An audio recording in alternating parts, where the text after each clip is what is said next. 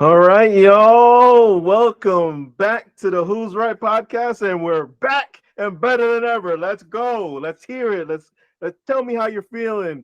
Subscribe to the channel, like the video.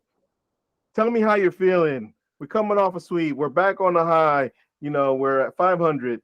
Uh, but obviously, we were going to win the series regardless because we won the first two games. But we get the short 2-game sweep because the third game gets postponed. But before we get into it, Victor, how you doing? I love winning, man. I love it. And when we can beat teams like the Cardinals, love it even more. But as you can see, I'm rocking my Knicks gear. The Knicks are winning, the Rangers are winning, the Mets are winning, Yankees are losing. It's a great time to be a New York Mets fan, and I'm loving it. I'm here for it. That's funny. That's funny. Let's go. Let's go. Yeah, Knicks are winning. They're a little hobbled. That'll be a little bit of our next segment right there. But let's go Knicks. Let's keep it going.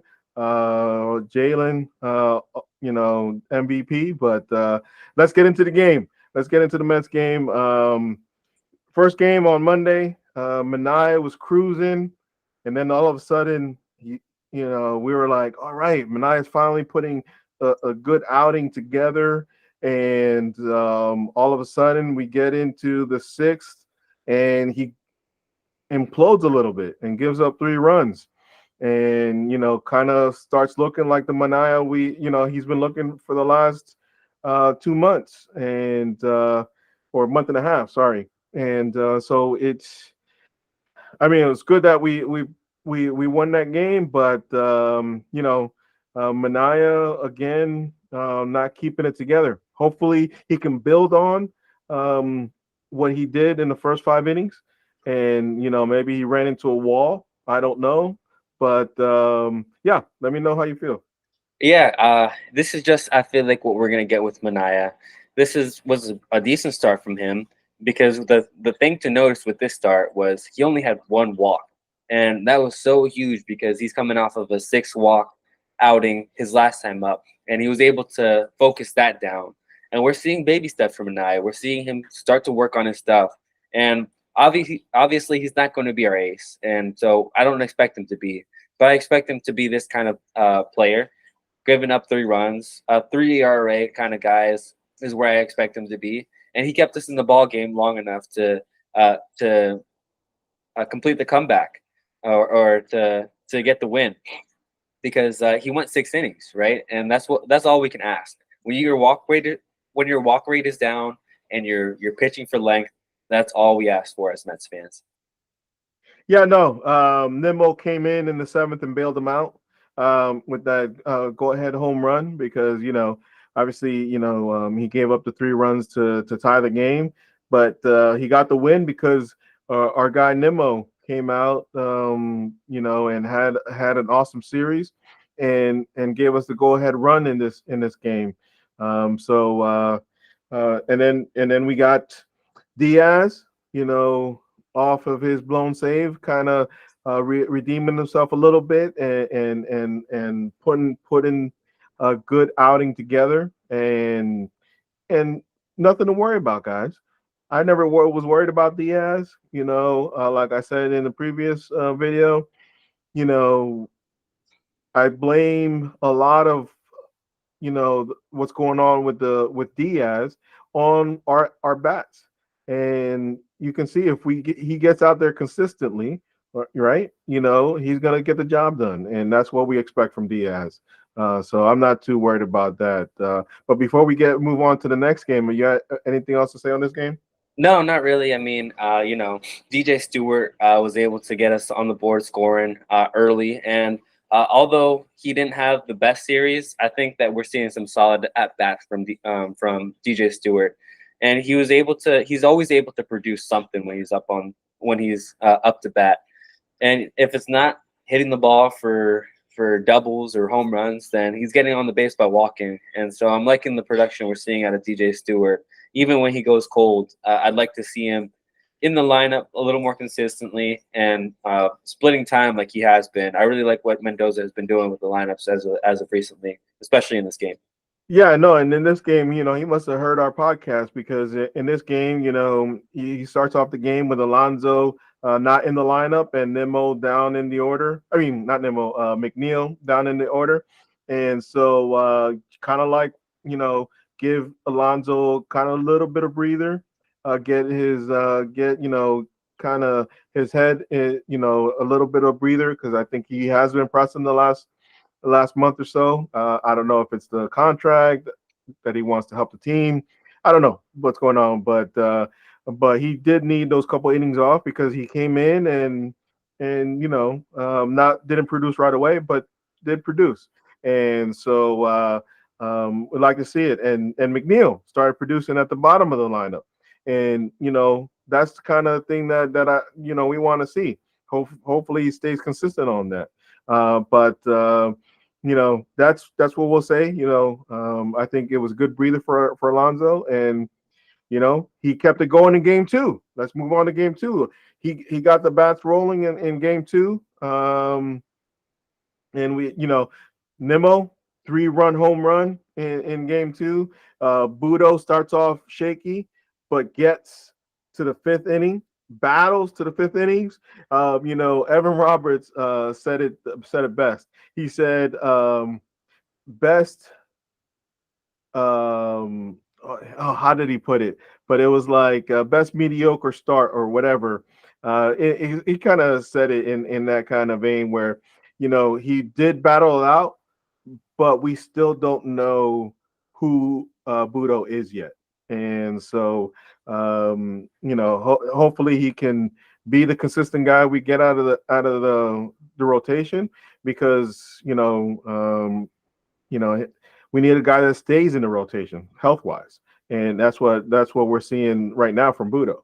Yeah, and that's exactly what he's going to be. He's going to be consistent. He's going to be a bulldog. He's going to be another Quintana type player where he's able to go out every fifth day and give you his best. Because even here, he didn't have his best stuff, and he was hanging some balls, and it obviously hurt him early on. But he didn't give up. He came back. He fought back into the game, and again was able to go 5 innings for us when he pitched up to 50 pitches in those first 2 innings. Maybe even got up to 60, but he was able to fight back, get his pitch back uh, pitch count back down to a decent level so that he can get to the win, which was awesome because both of our starters were able to get the win in this series, which is something that our starters haven't been able to do all year, and that happens when your bats back you up. And it wasn't just Nemo that was producing, but it was like what we talked about last time. All these guys were hitting in a tandem. They were hitting in order and carrying each other on. 6 runs in 1 inning is how you win ball games. And when you beat up on a pitcher like that and you don't kill rallies, this was so encouraging to see Pete Alonso in that big spot be able to drive in a 2-run double. And then after that, JD Martinez being able to drive him in. Those moments are so huge for your confidence, for the ball club, and for the momentum of the team to carry on to win these kind of ball games. And it's something that we need to see more consistently out of our guys. And I hope that this is the start of that. Yeah, no, and that's absolutely correct, and that's what we want to see. The bullpen was a little bit of a heart attack because we didn't have Diaz available, and we had Ottavino closes out in the ninth, and I was sweating. Yeah, I mean, I'm sorry to tell you, but I know Ottavino does well, but I don't trust him just because of the type of pitcher he is. He relies on strikeouts only, and if he doesn't have the control going, he's a guy that stresses me out. But luckily, he got it. He was able to get it. We got an insurance run, I mean, because they scored a run in the ninth, but it was a very stressful save for me. But we got the job done. Yeah, I'd much rather see Lopez in that spot. He seems like he's better fit, better suited for that kind of opportunity. And although he does give us heart attacks at times too, he's a younger player or a younger pitcher and seems more reliable. And I don't know. I know that he's more of a bulldog type that they're trying to keep him they basically have him in every other day. and he's able to do that role well. But when you don't have your best closer available, I think I'd rather see this guy get the opportunity because he's proven to be able to do it before, and wasn't giving up runs like Ottavino did in this run. Uh, I didn't like seeing him either, but he was able to get the job done, and that's all that matters. Because, like we said, when our backs back us up, we don't have to worry about these one-run games. The Mets were the masters of losing and winning one-run games, but this kind of, I think, propels us to go beyond that level. Yeah, no, for sure. And so that's the series, and the standout batter of the series is, has to be Brandon Nimmo. Brandon Nimmo. What do you have? He had a total of 4 RBIs in the series, but those RBIs came when it mattered, right? The first one was to put us ahead in game one, and then a 3-run homer in game two. And this is what I was talking about before the season, is that Nimmo would be an awesome middle of the order bat, because I do believe that we're going to continue to see more power out of Nimmo. And, I think that's going to be the new Nimmo. Nimmo is going to be the guy that's going to provide some power, whether that is batting third or fifth or what have you. I think he's going to provide a lot of RBIs. He's already leading the team in RBIs. So he's already showing that clutch genes when it comes to RBIs, but he's doing it from the leadoff spot. And I mean, that's an indictment on the rest of our lineup, but that's also saying that Nimmo's a run producer now, not necessarily a leadoff guy.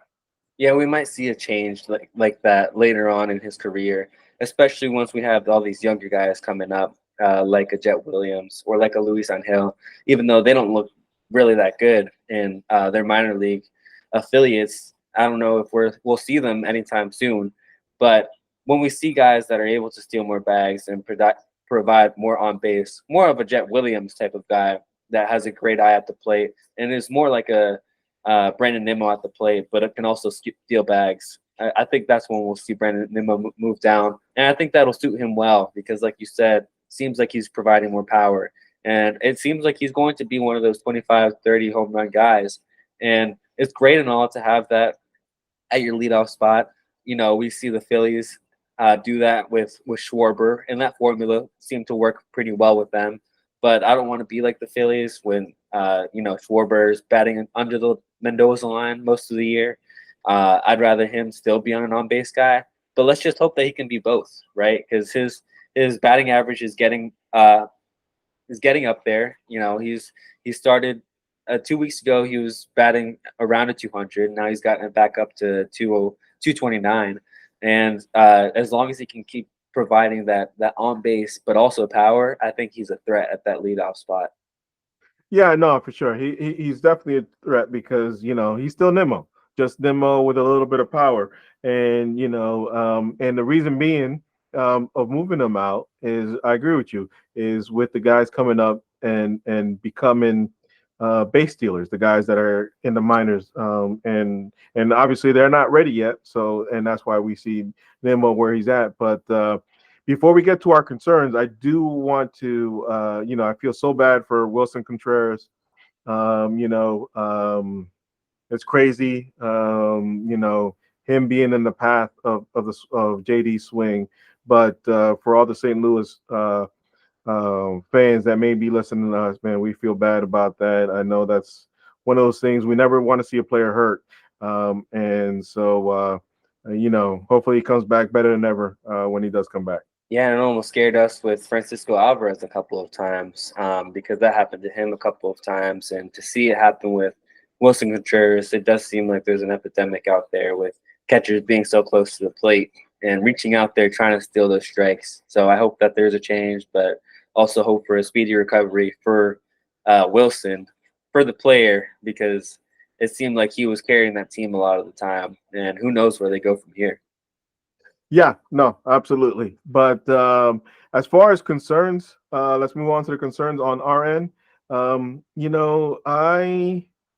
even though McNeil, showed us a little bit of life until he shows me consistency. I'm gonna say McNeil is my concern. Alonso also showed me a little bit of life. Hopefully he keeps it going. But for me right now, it's still McNeil. And we kind of mentioned, Cunha coming up and Jet coming up eventually. Maybe McNeil becomes that super utility player, and I think will suit him well. In that role, just because he'll play when he can, and he'll be that guy that has doesn't have to produce to the level that we need him to be in the lineup, right? Because he's not a guy that walks. He has to be a guy that hits for average. And if he's not hitting for average, he's not the guy that should be getting everyday playing time. But he's awesome all over the field. He can play everywhere. Yeah, I understand the concern with McNeil, and I can get behind it a little bit, and hopefully he starts to break out some more. But um, he was able to get on base 4 times this this past series. He was 4 for 8, so he's batting 500 uh, during this series, and as long as he continues to get that batting average back up to a 300, and then we can see him get some more star power, some more shine, like he did in 2022, winning his batting title. Because we see the same thing that happens with Luis Arias. He gets so much shine, and he's the same kind of player, except he doesn't play any defense, right? And so if McNeil is the super utility that can get you a pinch hit later on in his career and guarantee you a hit, then that's going to be great. But I don't think that we're going to see anybody come up anytime soon because their offense hasn't been there. Their defense isn't going to push McNeil out of that spot, and they need to develop more of their stuff later to be major league ready. So I just hope that McNeil can continue to bounce back and continue to build himself up to that 300 hitter that we know him to be. But my concern is something that happened last series, not so much this series, but it concerns me coming up with this series because we know what the Braves can do, and that's the stolen bases. Allowing so many stolen bases, especially Omar Narvaez. I hope he plays one of the out of the 2 games in this next series, but it's going to be a problem this upcoming series, and I hope that they're in their off day working that stuff out, being able to locate those balls, but also pitchers being able to hold runners on because that's not something that we've seen them do. We saw in the Tampa Bay series, Francisco Lindor get so upset about that happening and not being able to hold those runners on, and it does get frustrating because we saw the snowball effect that it had in that game. So let's just hope that those stolen bases can come back down to a minimal. Yeah, no, absolutely. I completely agree with that. That's a huge concern. We'll probably see some stolen bases in this series of coming up against Atlanta because,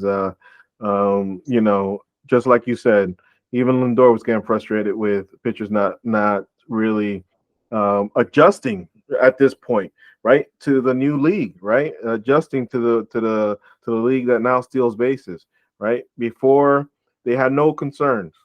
Pitchers didn't have to worry about people stealing bases because nobody was stealing.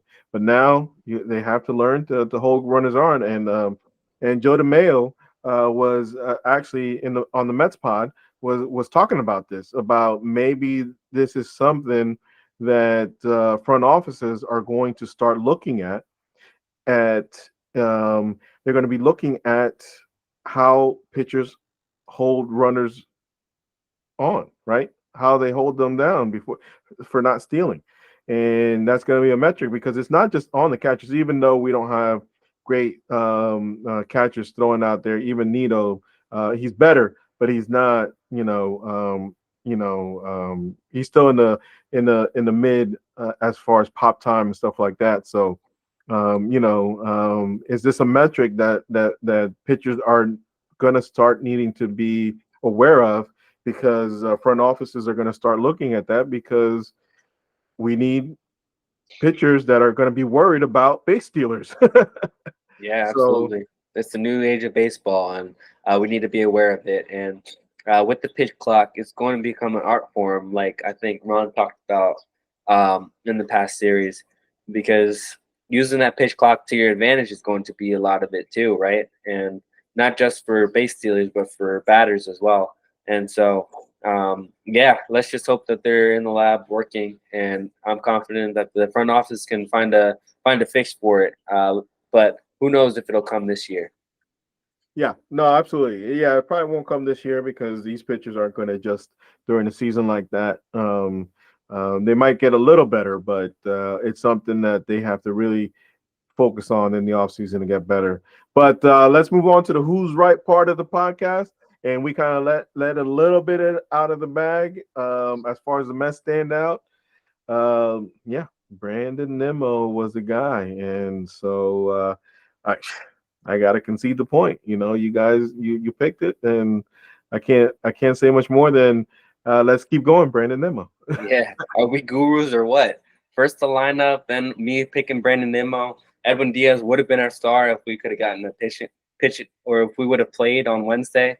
And so Brandon Nimmo, we just love to see his production, and let's just hope that it continues to carry on through this series. We know that he loves playing and at Cardinal Stadium, at Bush Park, but let's get that translated over um, to City Field. But again, with the guy that you picked and Brett Beatty, you know, he still has that strikeout problem, man, and that's something that should have been one of my concerns, because although he's hitting the ball and he's fielding really well, he's still striking out at a not an alarming rate, but not a great rate either.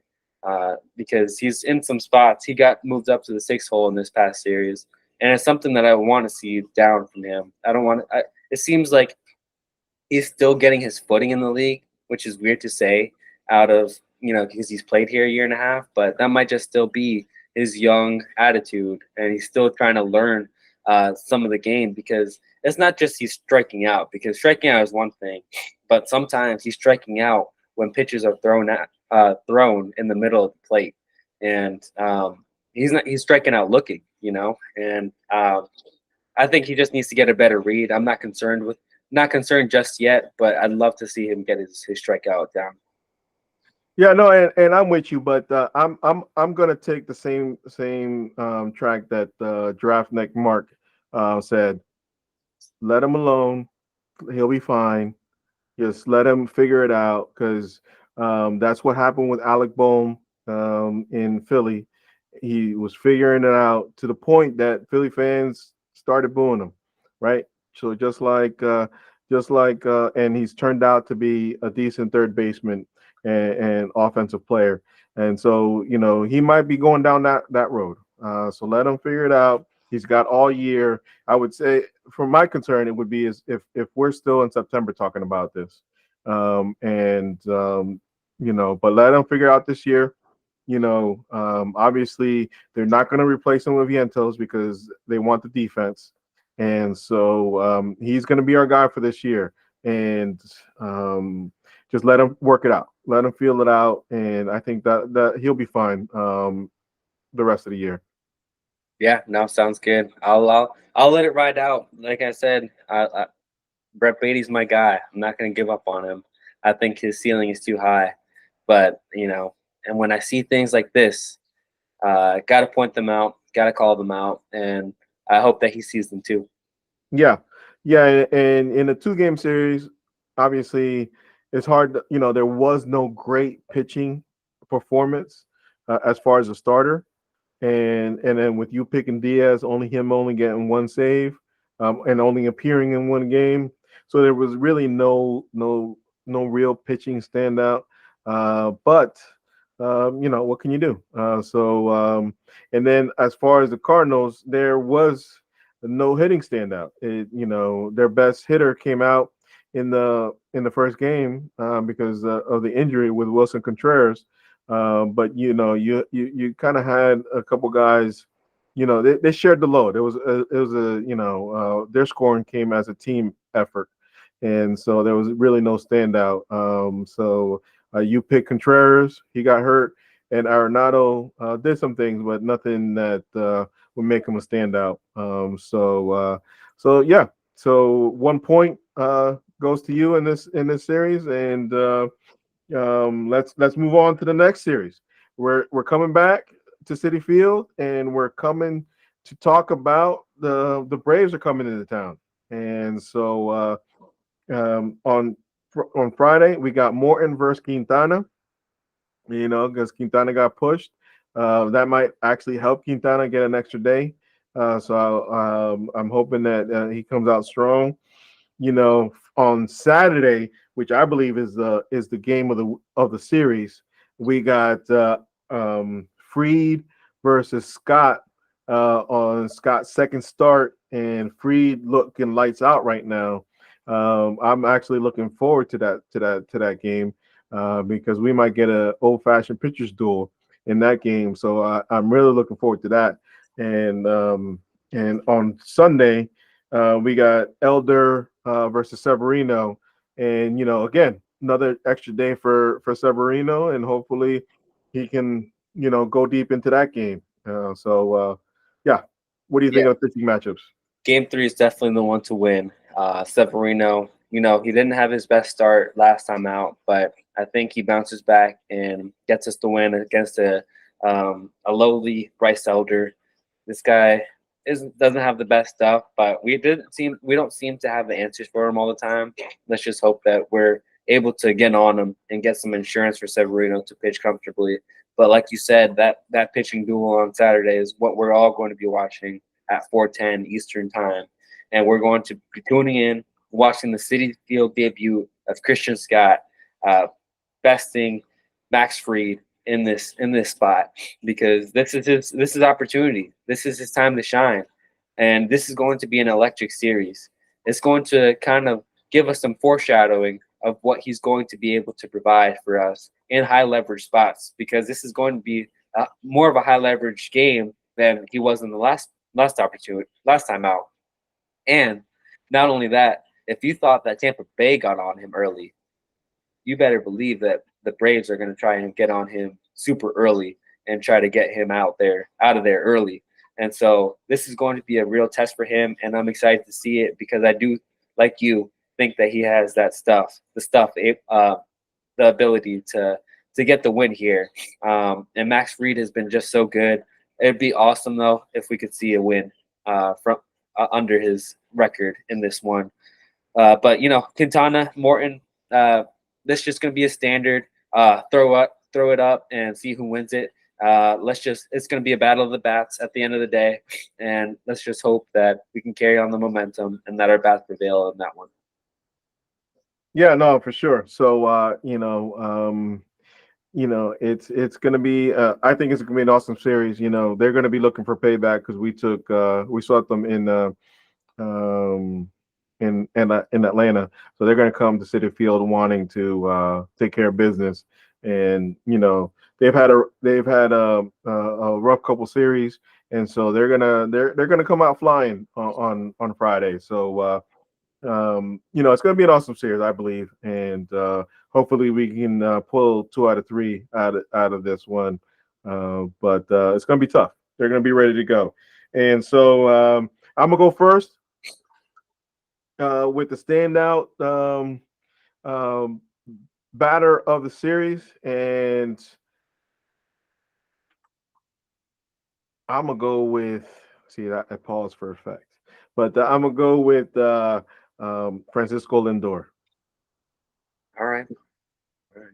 Francisco Lindor has been looking great from the right side of the plate, um, or sorry, the left side of the plate, and he's getting an opportunity to pitch or to hit from the right side of the plate too when Max Fried gets out there, and so that's a good pick from you, because he's always going to try to carry the Mets on to win with his glove and his bat.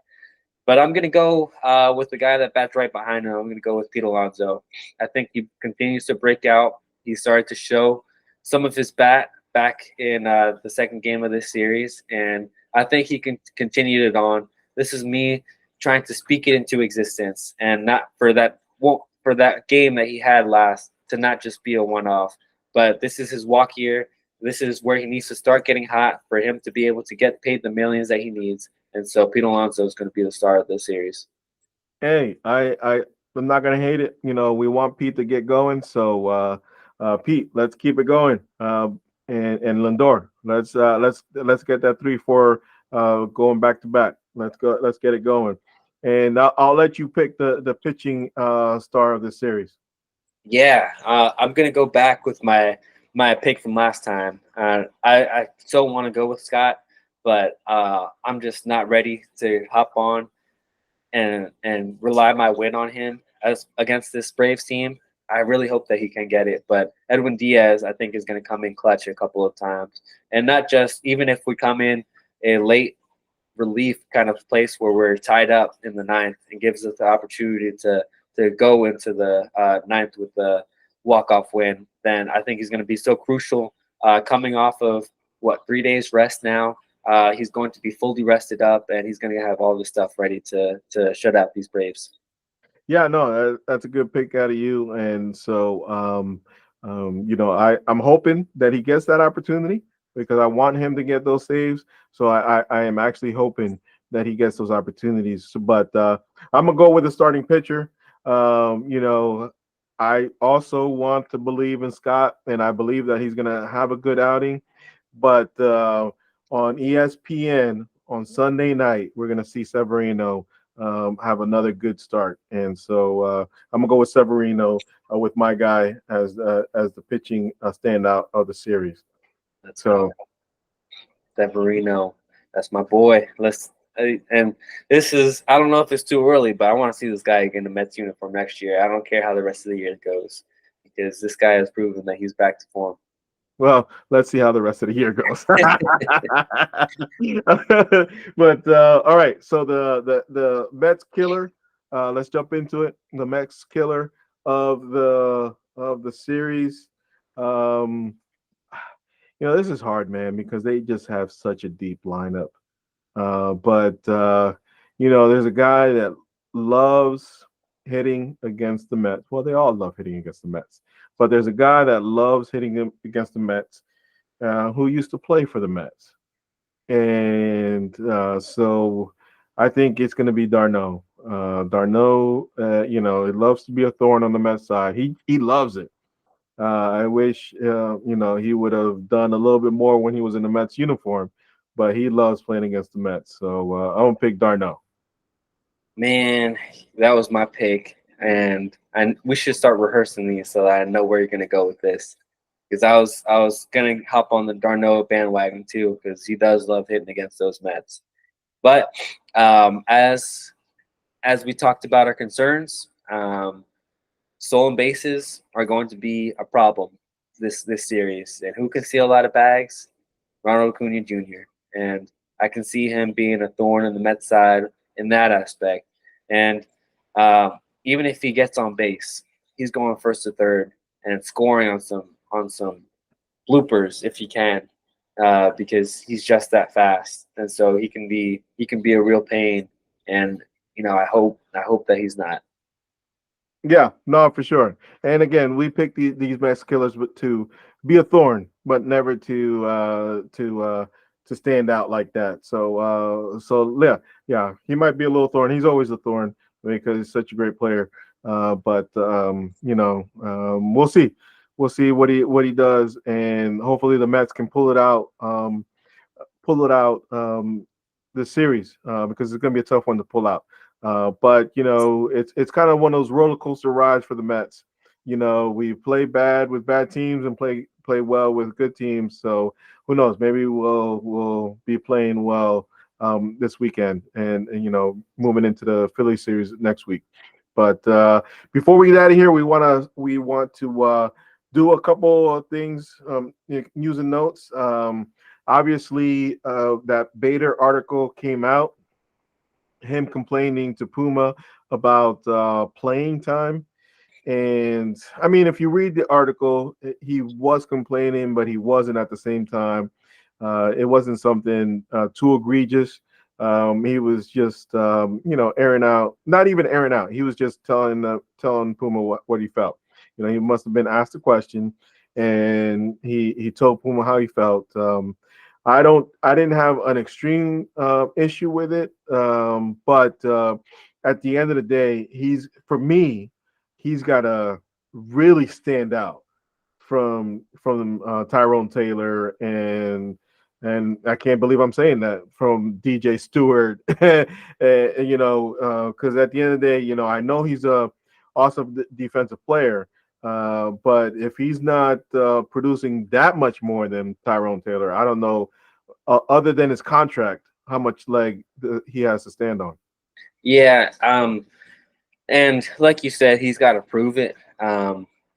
And I really believe that his only competition with this one should be against Tyrone Taylor, because we saw DJ Stewart in the outfield this past series, and we saw some of the not mistakes, but some of the tough plays that he won't be able to handle out there, that a Tyrone Taylor and a Harrison Bader and a Brandon Nimmo and a Starlin Marte can all handle. And more than likely than not, he's going to get some balls his way that we're expecting him to make. And so we hope that, and David Stearns built this team on a run prevention philosophy, right? So we want to have our best defense out there. So I'd rather see a DJ Stewart in that DH platoon role, because he's, I think, better suited there. But I think he's also got some numbers, and he's got some stats to back it up that he should be playing out there, 2 out of 3 games, or maybe even 3 out of 4, because he's been able to provide enough. And Tyrone Taylor is all great and all, but I think he's also great in that platoon role, like we've talked about before. And so I do agree with him to an extent. I think he should start more, because his defense is superb out there in center field. Even when he's not making plays, he's trying to make the best plays that he can. And Tyrone Taylor is going to be able to come in a high leverage situation when you need him against a left-handed bat. And that's just something that Carlos Mendoza is going to have to gauge out. But I don't think he was complaining too much, like you said, but I do agree that he should be getting more playing time. Yeah, I mean, he's getting the most playing time out of those guys, and I don't know. This is where I'm gonna disagree with you, because I don't have that much faith in him, as far as being better, that much better than Tyrone Taylor. Other than the contract, because that's the only thing that's different from him and Tyrone Taylor right now.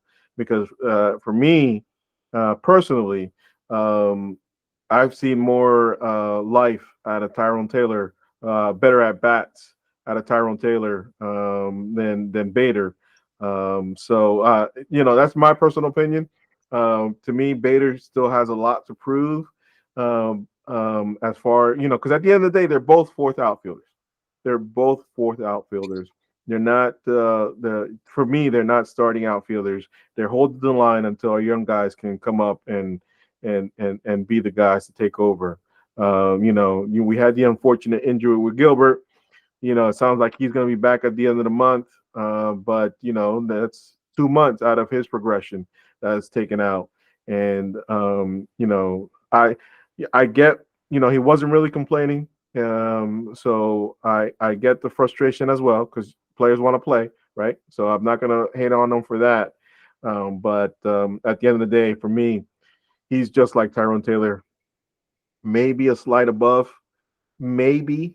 And that's only because of his defense, not because of his offense. So we'll see. We'll see. Yeah. And this is all you have to prove it. So let's see how they continue to progress.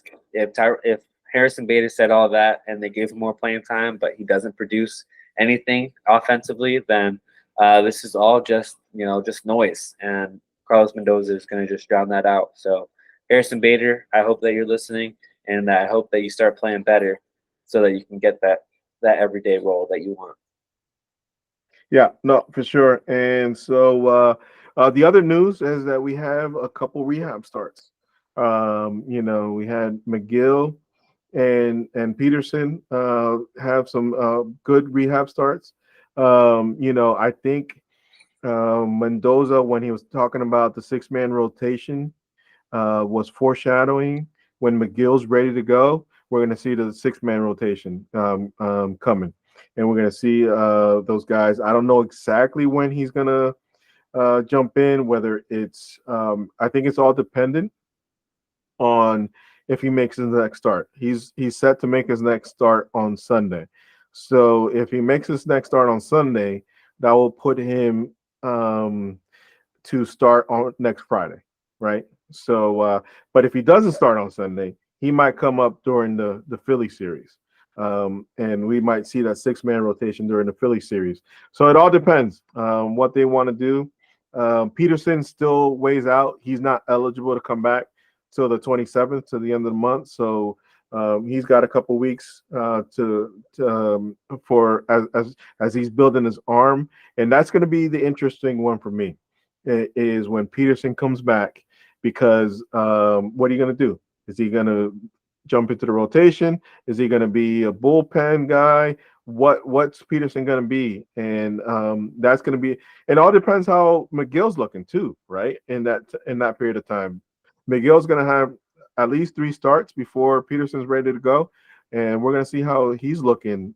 Is he looking like the guy that started off in the beginning of the season, where he was giving us a heart attack for 5 innings, or did he get his walks down? So, it'd be interesting. What do you feel? Yeah, listening to Ryan Finkelstein on Locked On Mets, he talked about a six-man rotation and how that would work, especially with David Peterson coming back, and talked about David Peterson actually coming out of the pen, especially with the news that we'll talk about in a little bit. But with Brooks Raley being out, most likely longer than we thought, maybe for the rest of the season, that might be an opportunity for a David Peterson type to be coming out of the pen as that left-handed reliever, especially when you've already got Jose Quintana and Sean Manaea in that rotation that are two left-handers. You don't want to make it too left-handed heavy, but it's either between Sean Manaea and David Peterson fighting for that starting position, right? And most likely it's going to be David Peterson because he's got that option down to AAA if they need to option him down to AAA. But I if at the end of the day, if he pitches better than Tyler McGill, then I'd much rather see him up there because we saw how much of a heart attack Tyler McGill gives us when he's out there walking everybody, getting his pitch count up, and that's obviously not suited for the major league level just yet. And if he needs to continue to work on that in the minor leagues, you don't even need to be throwing direct strikes, or you just need to start throwing more strikes because it doesn't have to be a perfect pitch, but his pitch count has gotten up in the past, and that's how we've seen him get hurt. And so it'll be interesting to see how these things develop. I obviously hope the best for Tyler McGill because he's got electric stuff and he can be a great starter for us if it comes to it. But so can David Peterson. He's got some great stuff and he's been able to pitch for us well. But when all these arms come back together, it's going to be there are going to be some hard decisions to be made, and I'm just glad that I'm not going to be the one to make them.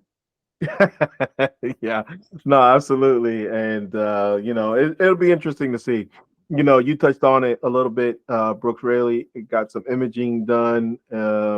Wasn't progressing the way the Mets wanted him to, and they found some stuff and might keep him out for the rest of the season.